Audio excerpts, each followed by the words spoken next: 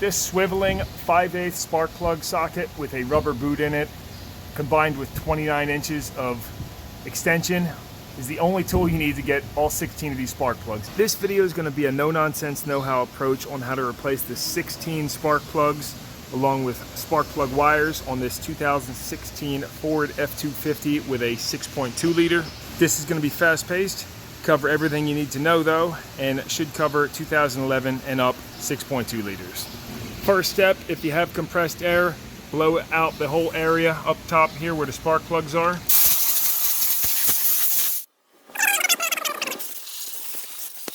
Next, we want to get this plenum out of our way, so loosen this 8mm hose clamp and the one right there on your throttle body.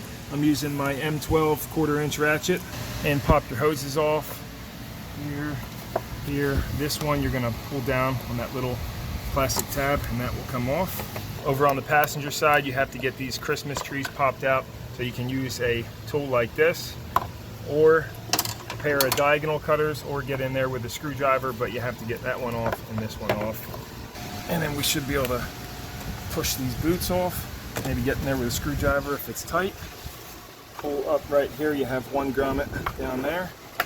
That came off with ease. Just make note of these two towers here. They're going to go into right here and here when you put it back on. With the plenum off, we now have a great look at where all the upper spark plugs are. Now zip out the 8 screws holding these coil-on plugs in, 8mm.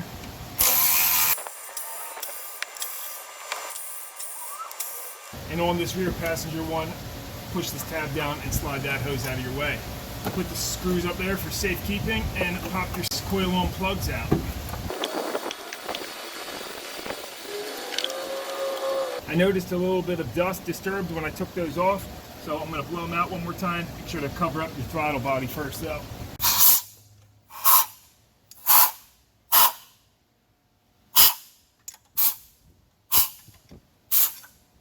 This swiveling 5/8 spark plug socket with a rubber boot in it, combined with 29 inches of extension, is the only tool you need to get all 16 of these spark plugs out.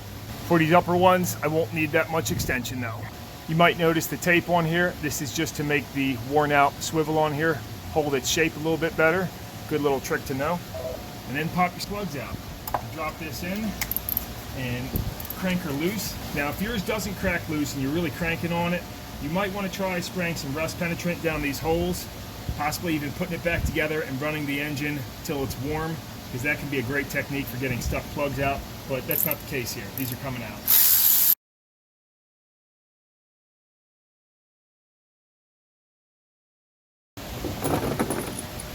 I've prepped my spark plugs now by using a feeler gauge and checking the gap. Spec is 42 thousandths to 46 thousandths.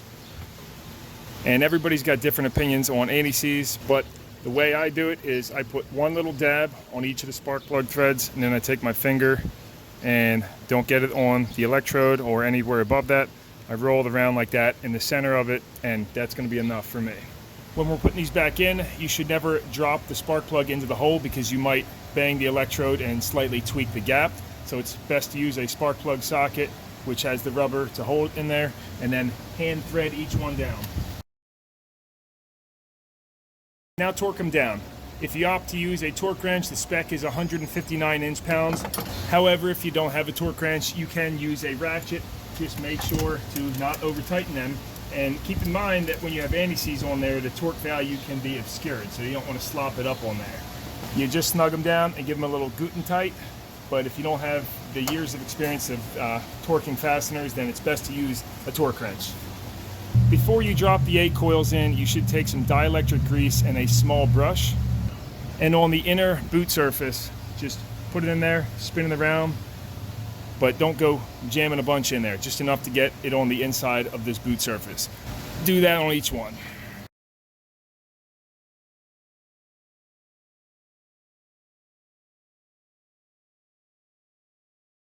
You can now pop your 8 spark plug wires off.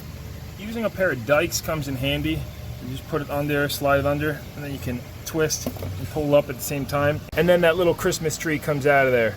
You could use a screwdriver or many other tools. But truth be told, this customer actually doesn't want spark plug wires, so we're doing just plugs. But You're gonna go ahead and do that for all 8 of these. And then come down in your wheel well. We're on the driver's side right now. And just grab that orange boot and slide them right off the plug like that.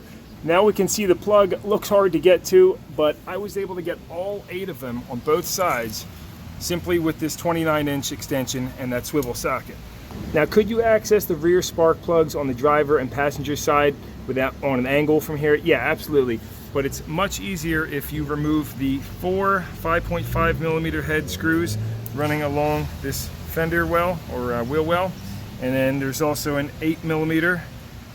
It sits right there. And then you can push the wheel well out of your way and get straight access to that inner plug, again using the long extension, which is broken half on me, but you get the point. Now we're going to put all these lowers in on both sides the same way we did up top, but I can't say it enough times, make sure with this extension you're hand starting these. And this tape trick really comes in handy because you can position it on a slight angle.